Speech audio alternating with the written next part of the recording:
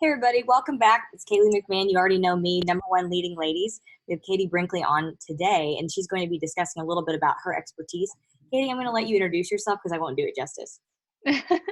Hi, thank you so much for having me on. My name is Katie Brinkley. I am a social media strategist. I've been helping businesses in the home industry and entrepreneurs with their social media for over 17 years. So I got started back in the days of MySpace, helping bands get started on social media, and have seen a lot of new trends get started, and happy to give you guys some tips. Awesome. So since you have your own business, this will be fun. So we usually ask our guests three different questions. One of the first ones that's really important because when you have your own business, everyone thinks that it's this cool thing, like, you can travel whenever you want, you have freedom of time, whatever. And that is not reality. And most of us, especially when you're getting to traction, getting some kind of feedback, is this actually solving a problem?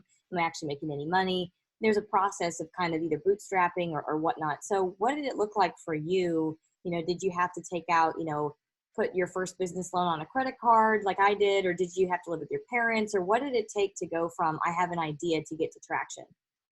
Yeah, so I'm so glad that you asked that question, because I think that is one of the things that people think when they start their own business, like, oh, I can work as little as I want. I could work from anywhere, but that whole work from anywhere thing is like a double-edged sword. So I had a fantastic job. I got started in radio. I was a radio broadcaster for the Rockies and the Broncos.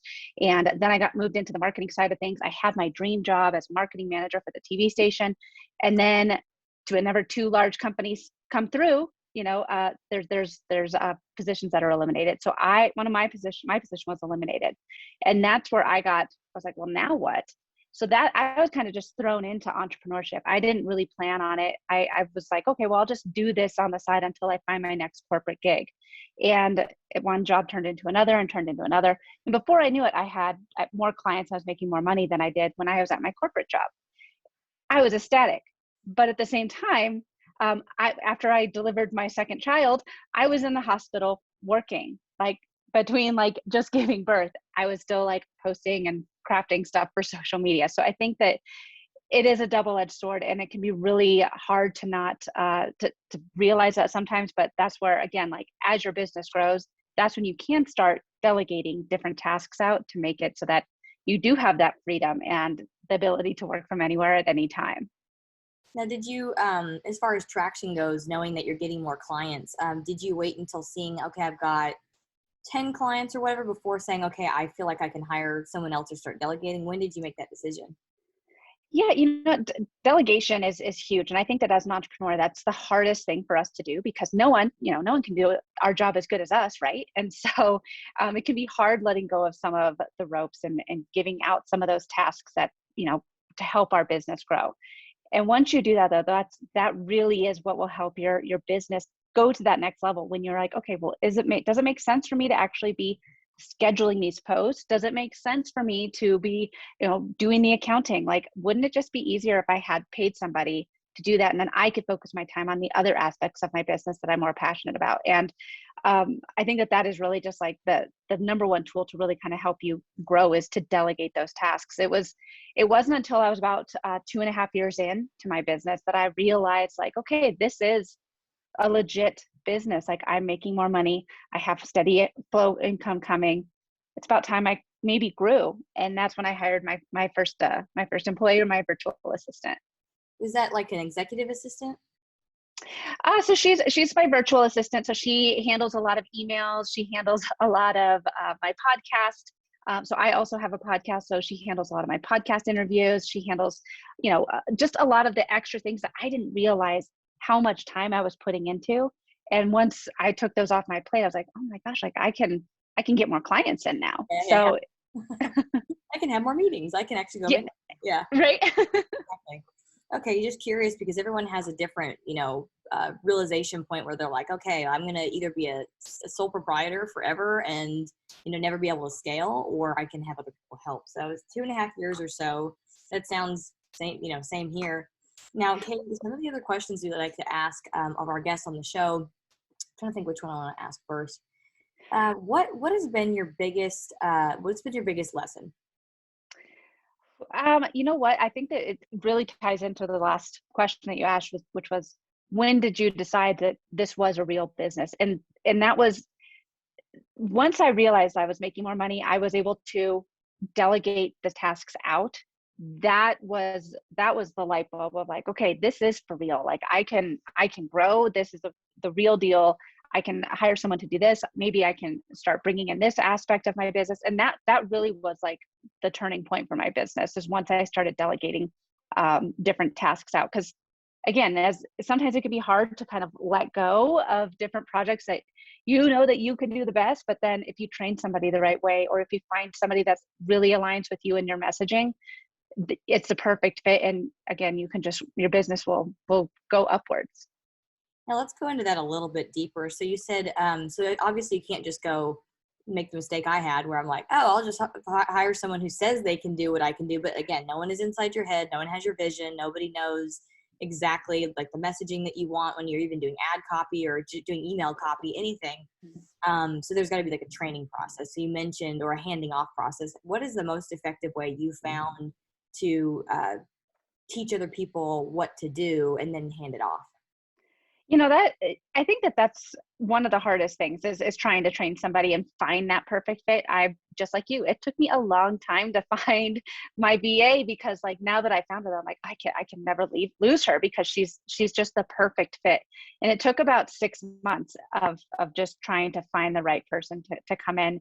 Once I found her, what I do, I don't know if you're familiar with Loom. Loom, and I will record what I am doing as I'm doing it, and then send it off to her so she knows exactly this is how it should be done. This is how the tool looks, and that way she can see, have a video tutorial to watch it. And I had to do the work anyways, so might as well just record it. Yeah, that's exactly what we're trying to do as well. There's some things where I'm like, well, I can't really take a Loom video of me doing certain things, but having like an SOP or standard operating procedure, that's kind of what we're working on, where there's like one document that has like, if you need this document, here's the link to it. Or if you need this video, here's the link to it. And then step 2, 3, 4. And yeah, exactly. Yes. It takes so much time off your plate because you've already done it once. You had to do it anyways. So it's great. Loom was a total game changer for me and my assistant. And for those of you who are listening and watching out there, if you're not familiar with Loom, you can get a free account. So that's something that, there are other features later on if you need to upgrade, but you can definitely do it for free. So it's not something to forget about, I guess.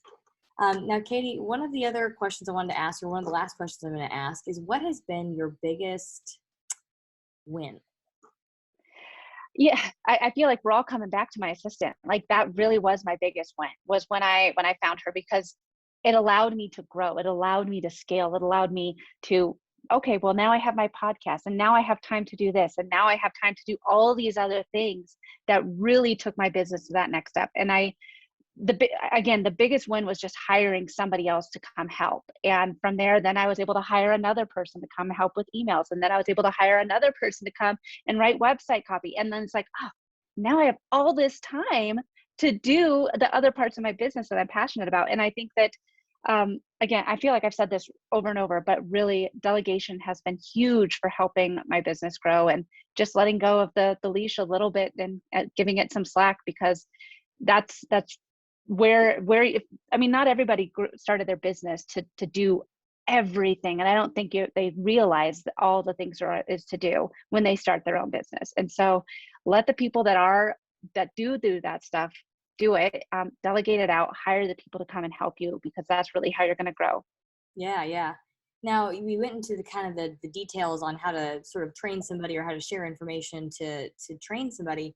But when it comes to, how do I want to phrase this question?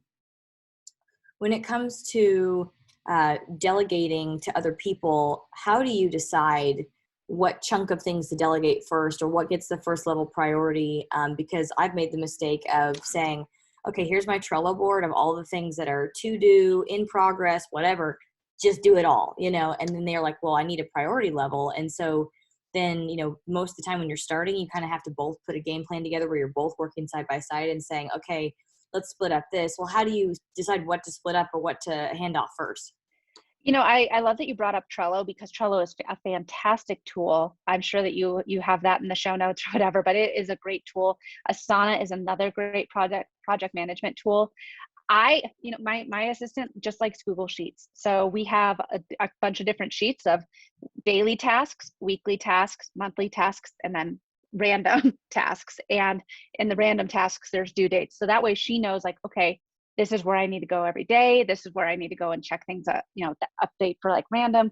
But we know and then she has a little X that she puts next to it and the date that she completed it. So I can go in and see exactly where she is with all the tasks, or if she's, she missed something last week, like, hey, I noticed that this didn't happen on Wednesday.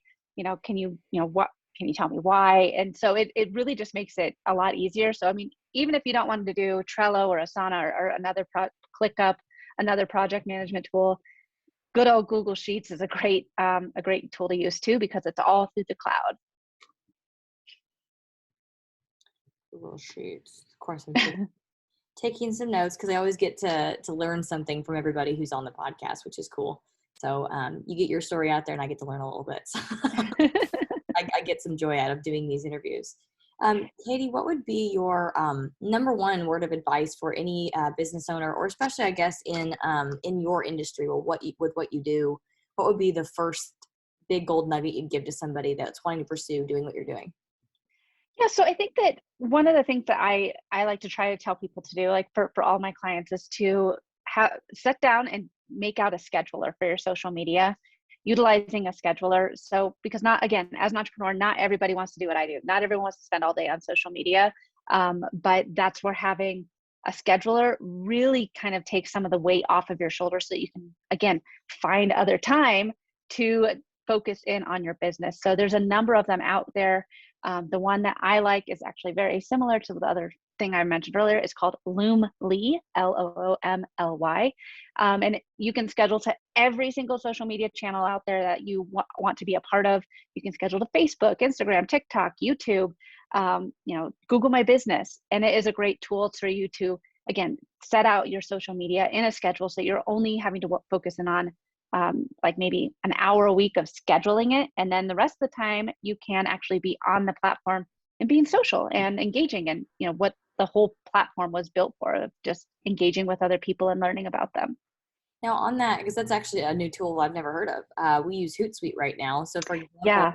what is the cost difference between Loomly and Hootsuite? And then the point was that we wanted to use something that you could just post one time and it would just go, Yeah. For example, on Marketing Monday, we'll do one post and it will go to like 15 different social media channels. Yep. Is it similar? What's the difference? Yeah. So it's, I really like it because I feel like it's more cost effective than Hootsuite. And it has a very good user interface. So it's all in steps. Like, okay, step one is what day and time. Step two is what platforms you want to post to, and you can just click all the different platforms.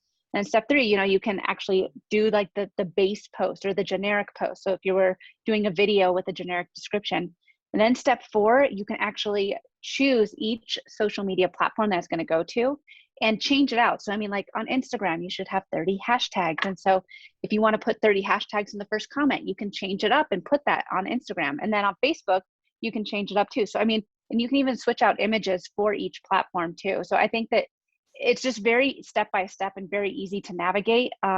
So that, and it's great too for the approval process, because then your assistant can then say, okay, this has been scheduled. Can you come and take a look at it? All you have to do is just go and be like, okay, yep, this is approved. And then it'll be scheduled out and ready to go out there. So it's a great tool that I think no one's really heard of it, but for the price and for the user interface, it's one of my favorites. And I've used a lot of them. What do you know off the top of your head what the price per month is usually? So I don't, because I do it for so many different platforms. I think that the entry level price is pretty affordable, around like $20 a month. I pay, I think, like $900 a year or something for mine. But again, I'm posting to a lot of social media accounts for our business. So if you're just getting started and you only need to have that one, go to Facebook, Twitter, Instagram, YouTube. If you're only posting like 4 or 5, I believe it's pretty affordable at like $15 to $20 a month. But don't hold me to that. I mean, that would be a significant cost savings. So I'm going to go check that out. Seriously. Gold nugget. Yeah. Well, and like I said, it has great reviews. It's you can even boost posts if boosting is your thing. I always like using Ads Manager if I'm going to be putting money behind any social media post. But if you want to just keep everything in one little platform, that is a great. You can do it all from there, even Really? on LinkedIn too. Yeah. Really? Okay. Well, Katie, thank you so much for that gold nugget today. Yeah. If our listeners, watchers, readers, depending on where this content ends up going, want to get a hold of you or want to ask you some questions, where could they do that? Yeah, so obviously I'm on social media. So you can follow me. I'm on Clubhouse. I'm Katie Brinkley at Clubhouse. I'm also on Instagram at I am Katie Brinkley. And then online, I'm at nextstepsocialcommunications.com. nextstepsocialcommunications.com. Okay. It's a mouthful. Thank you, everybody, for tuning in today, for listening, for watching, for reading. Katie, again, thank you so much for being our guest today. And we will see you soon.